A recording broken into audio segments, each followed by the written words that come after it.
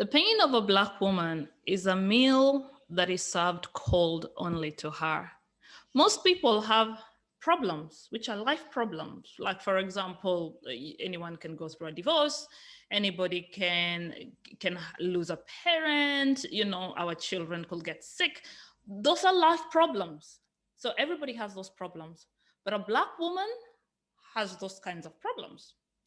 So I'm sharing this from that perspective whereby I was born in Africa. So what I'm trying to say is that you're transcending cultural norms and society beliefs. You know, we come from a place whereby there's witchcraft and black magic that could be used on you. So that's one of the things you may have to fight when you're still really, really young. And it doesn't matter if you don't believe in it, but you know what it is like when you used to go visit your grandmother and you're told, do not eat anything that person gives you because they'll bewitch you, right? So that's where you start from. Then you grow a bit older, and then it's like you're just hoping you'll go to school. If you grew up in a place where there was poverty and you're just hoping not to be married off too early.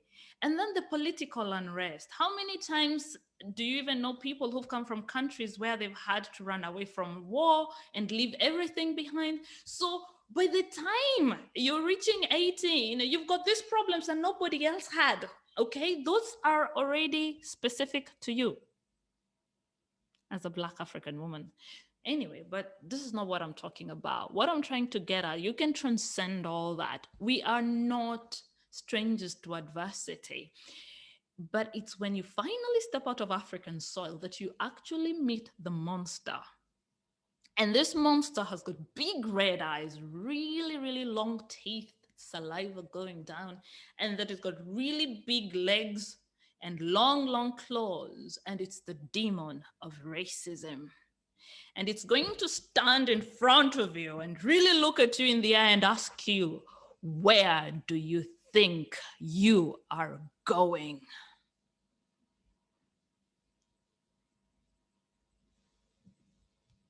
The pain of a Black woman.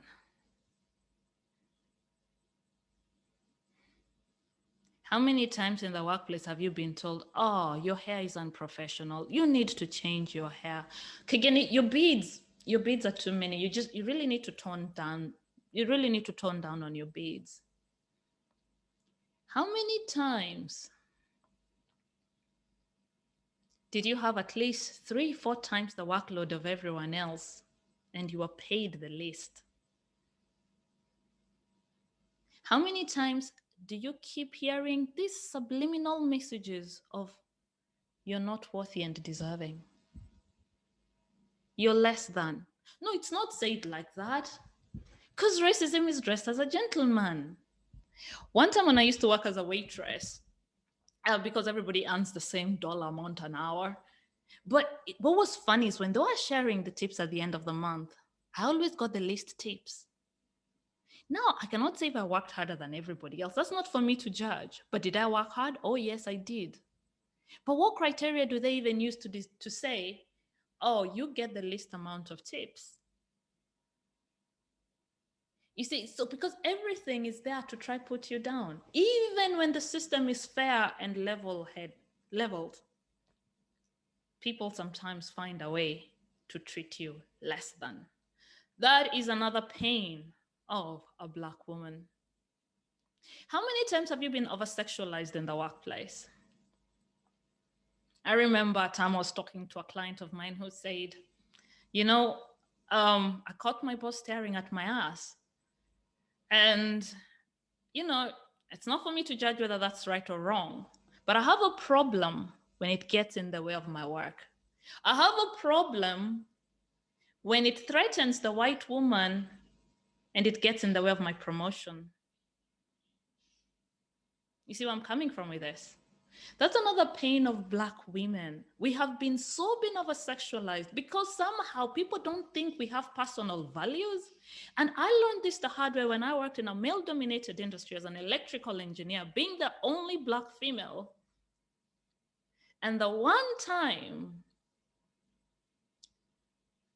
I had a positive review, the HR equated it to, it's because he possibly fancies you.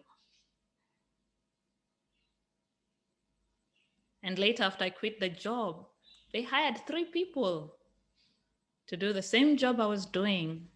And I hear none of them was smiling. Black woman, how many times has this happened to you? Because this is a meal that is served cold. The biggest problem you'll have is the perceptions people have of you. You're either too much, too demanding, or too intimidating. Have you ever been given that? You're too intimidating. I mean, like, what are you supposed to do with that? Is that meant to help you? As I've always said, people have got no problem donating to a poor, starving child in Africa. Oh, they will have a problem though giving money to an empowered Black entrepreneur. You have to understand what makes people comfortable. That's another pain of a Black woman. Oh, she's all about the money. Oh, you've got no problem donating to a charity, do you? This message, subliminal message of you're not worthy, you're not deserving. And it's done in so many subtle ways. I've experienced it when you go to those conferences where everybody's saying, come on, you can do it, live the best life, until you show up and they start questioning their own narrative. And what actually happens is because you have brought up their stuff. I say sometimes all you have to do is to show up and you'll bring it up in people. Black woman, to be honest, you don't have to be strong. You're not here to fight. Aren't you tired of fighting? One last example.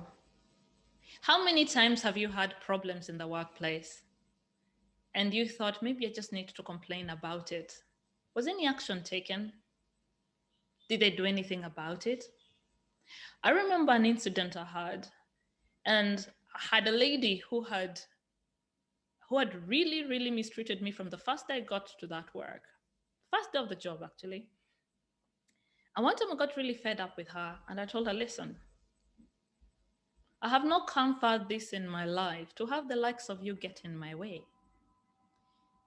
She quit her job and said I called her racist. Now I'll ask you rhetorical questions. Between the two of us, who do you think had the disciplinary hearing? You're right, me. So it's another pain point for a Black woman. Sometimes even when you have been victimized and you stand up for yourself, you're still the victim.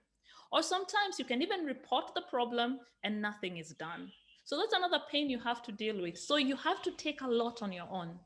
And that is why right now I really help Black women to be able to lift that heaviness off themselves so that you still can focus on your mission, because you're not crazy. You're not crazy to try and understand what those microaggressions were all about. And you're spending all this time playing it on replay, trying to justify in yourself that somebody really offended you or violated you in some way, whether it was in their words, in their thoughts. You felt it. It's enough. And I get it because I've been there. And I know how hard it is to explain to somebody who's never experienced it. That's why I created the Magnificent Woman for you, to remind you that you are magnificent. And right now you can focus on all you want. Your job is just to be happy. You don't have to be strong and you don't have to keep fighting. We fight at work, then in the shopping mall, you're still receiving the sneers. And for the mothers, you don't even get a break, and the fathers when you go home, because your children experienced the same in school.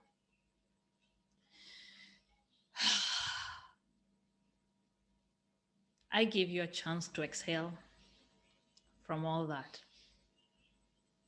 If any of this resonates with you, please click the link below. I have put together the Racism Survival Kit, and this will really equip you with the tools you need to move forward.